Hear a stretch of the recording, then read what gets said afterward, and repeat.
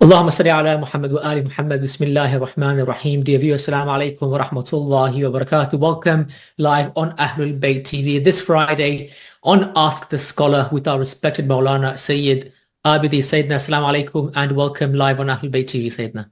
Assalamu alaikum rahmatullah. Thank you, may Allah bless you. Jazakumullah. Thank you very much for joining us. And again, just a reminder to our viewers that this is a live show. Please feel free to share your questions, your comments regarding the program live on our YouTube channel for those of you watching us on YouTube, or please text your questions, or you can WhatsApp us your questions as well via the phone numbers listed on your screen. All right, Sayyidina, let's move on to the first question we've received from our viewer. This is in regards to the issue of kafara. And the question is it permissible to pay kafara at any time, even after Shahr Ramadan, if I couldn't pay it or fast for 6 months? Thank you, may Allah bless you. Let me take one step back so all of us can be on the same page. When it comes to month of Ramadan, lots of people, they mix with different types of obligations to only kafara. So kafara is one of the type of obligations believer have. So kafara is for those who can fast or who should fast during the month of Ramadan, and they're not fasting by purpose or knowingly they want to refuse to fast. Right?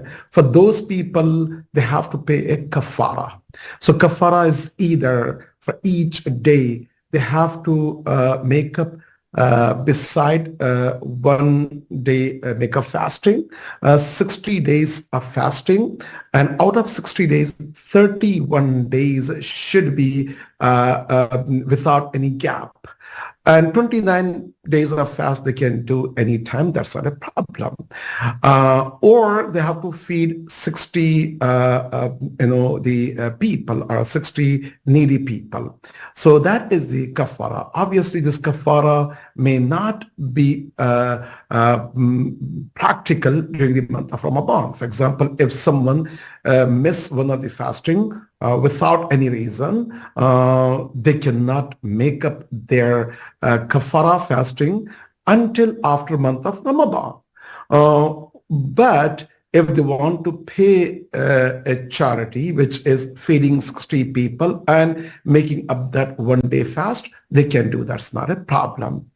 But most of the questions are revolving not about those who can fast, but who cannot fast, right? So for these types of people, if someone is not able to fast because of his age or whatnot, for them, there is no kafara. Just they need to make up their fasting after month of Ramadan. As Allah subhanahu wa ta'ala says in Quran, فَعِدَّةٌ فِي أَيَّامٍ أُخَرٍ. If you cannot fast due to a legitimate reason, what is the legitimate reason? The first, if you're traveling. Second, if you're sick. Third, if you have other excuses, like for example, a pregnant woman, if she fasts, is going to affect a baby, or a mother who's nursing a baby. If she fasts, it will impact her baby. So these types of people, they cannot fast. For them, they can do it after month of Ramadan. However, beside a traveler and beside a sick person who cannot make it, and they can make it after month of Ramadan, they have to pay a fidya. Fidya is not a kafara. Fidya is equal to 750 kilogram of wheat or rice, which is equivalent to 1 person feeding. They need to feed 1 needy person for each day they miss. Again, this is not for those who are sick or traveling, because for them only they need to make up after month of Ramadan because they have a good excuse. But for those who have other excuses, then they have to pay a fidya. And also same thing for those because of their illness or sickness is continuous. Like for example, someone has a high diabetes, right? And they cannot fast at all, because if they fast, it's bad for their health. For these types of people, which there is no chance that they can make up their fast, yes, they have to pay a fidya, not kafar. Ahsan, thank you so much, Sayyidina. The next question is in regards to this upcoming nights of Laylatul Qadr. As we know, inshallah, we're performing many amals during these blessed nights of Laylatul Qadr. And the question is that what is recommended for us to do during these nights? Is it better for us to repay our wajib salats that we have missed? Or is it preferable for us to perform the sunnat and the recommended acts of worship during these nights? Thank you, Zakallah. Let me answer your question, and then I can elaborate a little bit more about nights of Qadr. Usually one of the mustahab act on the nights of Qadr is to offer 100 rakat of prayer. What we do is a good tradition among some of the Islamic centers and also some of the believers. What they do is, instead of offering the mustahab prayer during these days, 100 rakat of the mustahab prayer, what they do is, if we have a missing wajib prayers, we can take care of those wajib missing qada prayers, which is equivalent to 6 days of qada prayer, and that will going to equal to 100 rakat of the prayer, right? So the idea is you can get the reward of offering 100 rakat of the prayer, and also you can count for qada prayer as well. So this is a good tradition. However, if someone doesn't have any qada prayer, still is good that if you know your parents or someone whom you know and he or she has a missing prayers and it's asked by you to offer those prayer, or you are elder son, you need to take care of your fathers. If la samahallah, God forbid, he's not in this world, if you want to offer a gift, you can offer a qada prayer on behalf of your parents as well. But which one is better? Does it depend on your duty and also your intention? If your duty is to take care of your qada prayers, do so. If you have a pure intention and you know that, no, I don't have a qada prayers, I enjoy more offering mustahab prayers on these nights, 100 rakats, do that. Because this is between you and Allah subhanahu wa ta'ala. It's very important that we need to understand that very important point. So that is about qada prayers. There's a slight difference between if someone has a qada fasting and qada prayers. If someone has a missing qada fasting, they cannot make the mustahab fast. For example, month of Sha'ban, month of Rajab, is mustahab to fast whole month, or at least first 3 days, 13th, 14th, 15th, and last 3 days of the month of Rajab and Sha'ban is highly recommended to fast. Although whole month is good. If someone has a missing fasting, they cannot make a mustahab fast intention. They have to make up their wajib fasting, and they can get a reward of mustahab fasting too. So that's why those who have a missing fasting, they choose month of Rajab and Shaban to make up and to count that.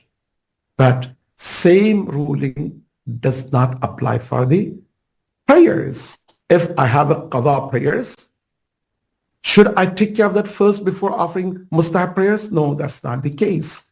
I can do mustahab prayers while I have a qada prayers. This is just more convenient for us. Ahsan, thank you so much. Okay, we'll move on to the next question that we've received on our YouTube channel. Assalamu alaikum, Sayyidina. How did the previous nations fast? Did they also fast for 30 days and during the whole month? Thank you, Jazakumullah. As Allah subhanahu wa ta'ala clearly stated that Ya ayyuhalladhina amanu kutiba alaykum as-siyam kama kutiba ala alladhina min qablikum la'allakum tattaqun. O you who believe, Allah subhanahu wa ta'ala prescribed us siyam. There is a difference between siyam and fasting, right? As it was described before the Ummah of Holy Prophet, all those who used to live, all the way from Adam to Holy Prophet, right? So the siyam is act when we say labbaik or yes to the call of Allah subhanahu wa ta'ala. That is a siyam, right? Du'itum fihi ila dhiyafatillah. We were invited in this month for that call as a guest of Allah subhanahu wa ta'ala, not only during the daytime, from Fajr time till Maghrib time, when I'm fasting, that is one of the act of siyam. Siyam is greater than that, right? Greater than just fasting. So siyam, it was a different form and shape. Definitely, we don't have any evidence that before Holy Prophet, other ummah or other people, they used to fast whole month of Ramadan. We don't have any evidence for that. The siyam, yes, they had a siyam. Siyam could be 3 days of the fasting, or fasting, or the siyam not to talk and not to speak, as Allah subhanahu wa ta'ala commanded Hazrat Maryam when she gave the birth of Hazrat Isa, Jesus ala nabina alayhi ala, when she was shocked and she doesn't know what to do, Allah subhanahu wa ta'ala said that you can observe fasting or the siyam. How? Not to speak. When people they come, just indicate that I'm in the state of siyam, right? So I cannot speak. That's my nazar to Allah subhanahu wa ta'ala. Then how can we find out what is going on? Then she indicated the baby, which is Hazrat Isa. Then Hazrat Isa alayhi salam, one day baby, he began to speak to people. Inni Abdullah atani al-kitab wa ja'alani nabiyya. So this is a miracle. People, they find out that, wow, because she's observing the siyam, Allah subhanahu wa ta'ala commanded Prophet Isa, while he's one day baby, he can speak, right?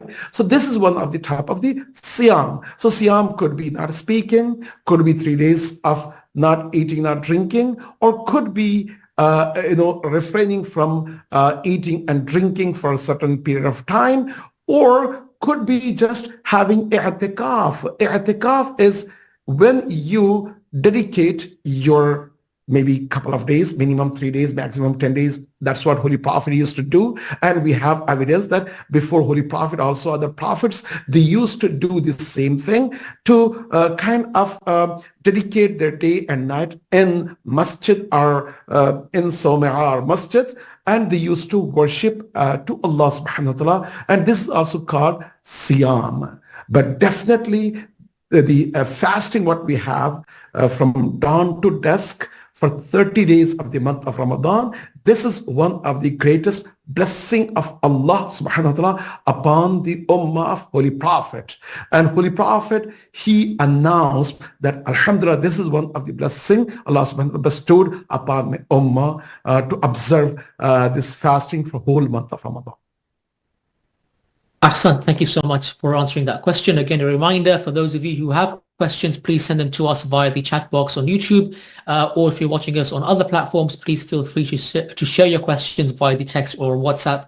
The number is on your screens for that. Would you like to avail that option as well? Okay, let's move on to the next question. And the next one is in regards to, again, the nights of Qadr. It is known that the nights of Qadr are one among the last 10 nights. If that is the case, then why is it that we perform the A'mal on the 19th night, which isn't among the 10 nights? So thank you, Jazakumullah. So what we have is last 10 nights, right? And the other hadith indicates that odd night of last 10 nights. If you take the odd number, so you cannot go with 30th or 20th. So then for the ihtiyats, we take one night before that. So it's going to be 19th, 21st, 23rd, 25th, 27th, and 29th. But the most hadith indicate these 3 nights, 19th, 21st, and 23rd. And then other hadith says that last 2 are more important, which is 21st and 23rd. And furthermore, we have a hadith that Holy Prophet, he used to dedicate all 11 nights, last 11 nights of the month of Ramadan to Allah subhanahu wa ta'ala. Or great scholars that used to emphasize that take advantage of these days as much as you can, right? So we have, various indications and ahadith and riwayat. That's why we want to make sure that we are optimizing the most. Sometimes you see that when you are blessed with such a great blessing of Allah subhanahu wa ta'ala, that could be a life-changing, that could be a great, shaping our future to have the best outcome.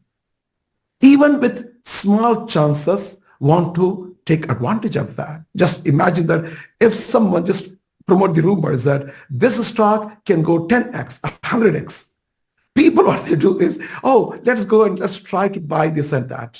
Why? Because they see that it's going to be a great return, right? So in general, month of Ramadan, whatever you do, because you are in the state of being a guest of Allah subhanahu wa ta'ala, your reward is by Allah subhanahu wa ta'ala, as-sawmu li wa ana ajzi.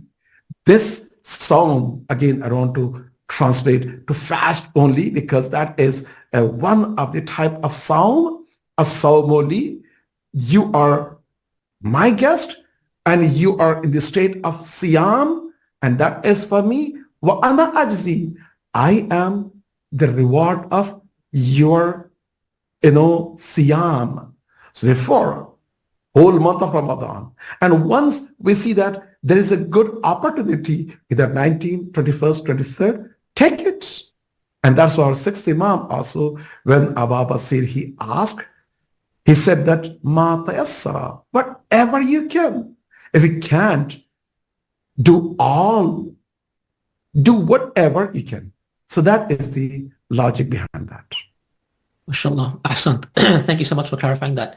Okay, next question is, Assalamu alaikum Sayyidina. When I was younger, I was neglectful in fasting in the month of Ramadan. I've made these fasts up. Should I also pay the fidya for all these missed fasts?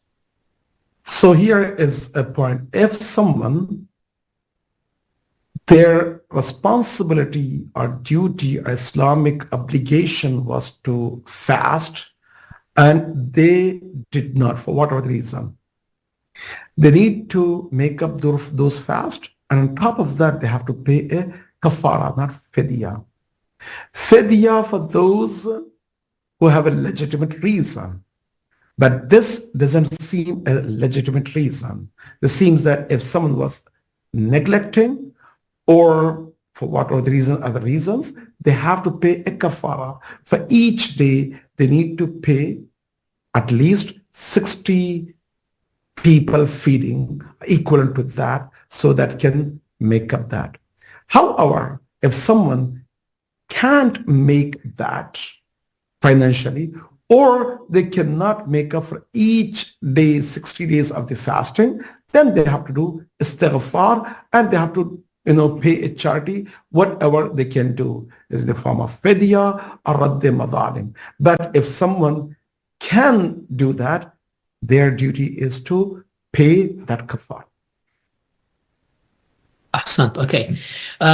This is my own question now, just an extension to the previous question. What if you have, a girl, a daughter who's just become baligh, she's 9 years old now, and she's finding it hard to fast. And it takes her maybe a couple of years to get into the system whereby she's able to fast the whole month. What happens during those years? Would those be considered kafara or otherwise?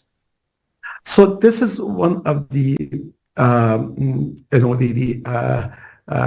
kind of challenging situation for especially parents. My advice, because I have my own granddaughter, she's reaching to that point, and I see that how she little is, and then sometimes it's very difficult. My humble request to the parents is don't force them. Forcing is not acceptable. Even we have a hadith and riwayat. Don't force your children. Yes, encouraging, giving them a good atmosphere, giving them a good nutritions, and putting extra effort to make them to feel that, oh, I am also trusted by Allah subhanahu wa ta'ala. I can do all of that is good, but not forcing. Forcing is not. So in that case, let her or him decide. Like, for example, 13, 14, if they have a sign of bulugh for the boys, even sometimes 12-year-old, right? And it's become wajib. Okay. But me as a parent, I have to facilitate. I have to navigate. I have to guide. I have to give them all the tools. I have to take care of their nutrition and also excitement, and also giving them a better, scheduling, whatnot, and from nutrition to sleeping to waking up for a suhoor and all of that. But end of the day, if they feel that they cannot, then that's their choice, and don't force that, because now they're mukallaf. You cannot force them.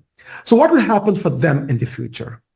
They can make a decision in the future. For example, if 9-year-old sister, a daughter, she feels that no, she had a good legitimate reason not to fast because of one, fasting at that time, according to her findings, was not healthy and good for her health.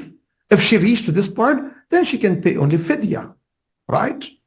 Or if she reached to this point that no, she could make up the fasting, then she can. Or she can pay, or he can pay kafara later on. So that is their own decisions, and we need to teach them in a good environment. So who pays that? The parent pays that, or the child pays from her own money, her own pocket? But the child, when they have their own money, they have to pay. There is no wajib for parents to pay. But can the parent Parents pay to facilitate and guide and teach them. But if they pay, for example, if you want to adopt me as your son, sometimes I joke around. I say, you know what? I lost my parents, my father and mother. I'm an orphan. I'm ready to be adopted. I'm up to adopt it, right? If you want to adopt me as your son, you want to pay, let it be. Or you have, like, if I have my own, for example, children, a grandchild, if I want to pay, it's, my kindness, but it's not wajib for me. Wajib is still for those who cannot. So they would still pay the fidya. They wouldn't just necessarily make up the fast afterwards? Yeah, they have to make up. There is no escape. No, I'm saying the fast. Yeah. Make up, yes, but why the fidya? Because if you're sick, and you cannot fast, then you don't have to pay fidya, right? Thank you, Jazakallah. Let me correct that. It's a very good catch. Fidya for those who cannot make up for one whole year. So if I've missed some of the fasting this year, my duty is to make up until the very first day of the next month of Ramadan, right? But if I miss that deadline also, at that time I need to pay a fidya on top of making of the qada fasting. Ahsan. Okay, thank you so much for clarifying that. We have just, I guess, under 5 minutes left in the program today, and we'll have another question from our viewer watching us on YouTube, and they're asking, when was obligatory fasting in the month of Ramadan established? So when was this established is we have, definitely when Holy Prophet, he was in Medina, right? In the early days of Holy Prophet's migration to Medina. However, we have some indications that Holy Prophet, he used to observe fasting in Mecca also. And also those who are around Holy Prophet, they used to observe fasting during the month of Ramadan, and especially last 10 days of the month of Ramadan in Mecca also. But as the evidence, yes, it was in Medina. Ahsan, thank you so much. We have, I guess, 2 minutes left, or just under 2 minutes. Now, if we can end the program with a small dua, or maybe some reflection for our viewers during these nights of Qadr, inshallah. Thank you, Jazakumullah. May Allah bless all of us, brothers, sisters, dear viewers. We are in the proximity of Allah subhanahu wa ta'ala, the highest position of the year, night of Qadr. One of the most frequent asked question is, what are the du'as we can offer during these days to optimize ourselves? The first dua we have, a hadith and riwayah, is this dua, Allahumma ja'al awaqiba umurina khaira. Oh Allah, make our end to the best of the iman and best of the iman. Because sometimes I can be a good now, but I don't know what will happen before my death. How I'm going to end my life. We don't know. That's the first dua is, Allahumma ja'al awaqiba umurina khaira. The second dua is for Sahib Zaman, Imam of our time. We have a hadith and riwayat that when we include him, because he is the owner of the night of Qadr, and also he is owner of the day of Eid.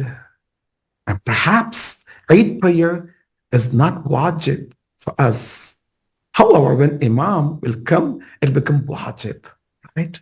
So it's very important that we need to include, because he is the one who's going to fulfill the justice and peace around the globe and so on and so forth. When we see all these atrocities, the third one is offering our du'as to our parents.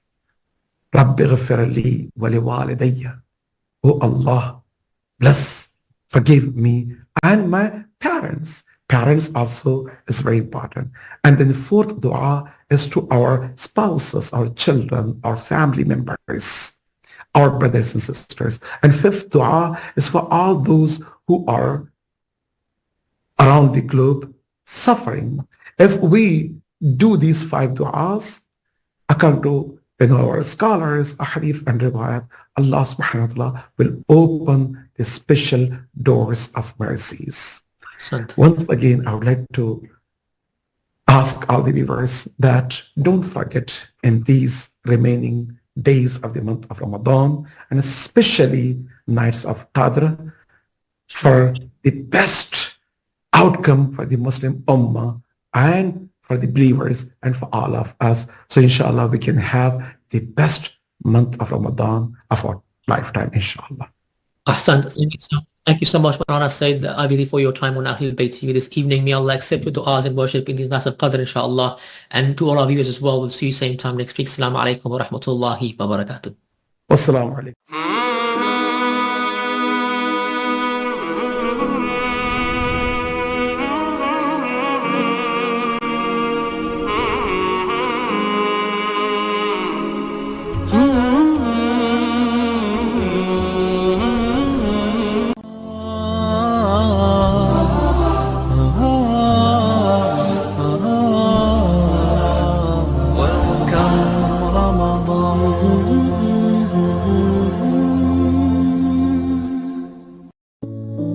Where else do you find Tawheed, if not in the words of Ali bin Abi Talib, and mirrored in the Holy Quran and the rest of the Ahlulbayt? True Tawheed, true oneness of Allah subhanahu wa ta'ala, the unity of His essence, His attribute, His actions, the oneness of all of the diversity that would be associated to Him, and the acceptance that in truth it was always just one. There was one being, one Lord, one deity, one Mawla, and one Rabb to whom we all turn back to. For when discussing, accepting and acknowledging God, Ali bin Abi Talib says in Nahj al-Balagha, the first sermon, Kamalu tasdiq bihi tawheedahu. The perfection, the kamal of testifying him is to believe in his oneness. This is the way to know Allah subhanahu wa ta'ala. You begin with one. From one, everything comes. And from everything, only one origin is found. There are not two creators, or an accidental creator, or no creation. We do not have time in this short life to waste it on logical fallacies. We are lovers, trying to piece together the beloved from whom we came and to whom we return to. And as Ali bin Abi Talib shows us, we need to think of it as one path, one religion, one book, one set of values summarized most perfectly in the Holy Quran and the words of the Ahlulbayt who preserve and interpret and apply that Quran. And Tawheed is that central principle which unites all things. You pray because of Tawheed. In Shahr Ramadan, you give charity because of Tawheed. You give your khums, your charity, your zakat, your sadaqah because of Tawheed. Our minds, which are distracted and sprayed across so many different priorities, sometimes get lost in the busyness of this dunya. And we forget that there was always just one being. And all he wanted from us was simple acknowledgement that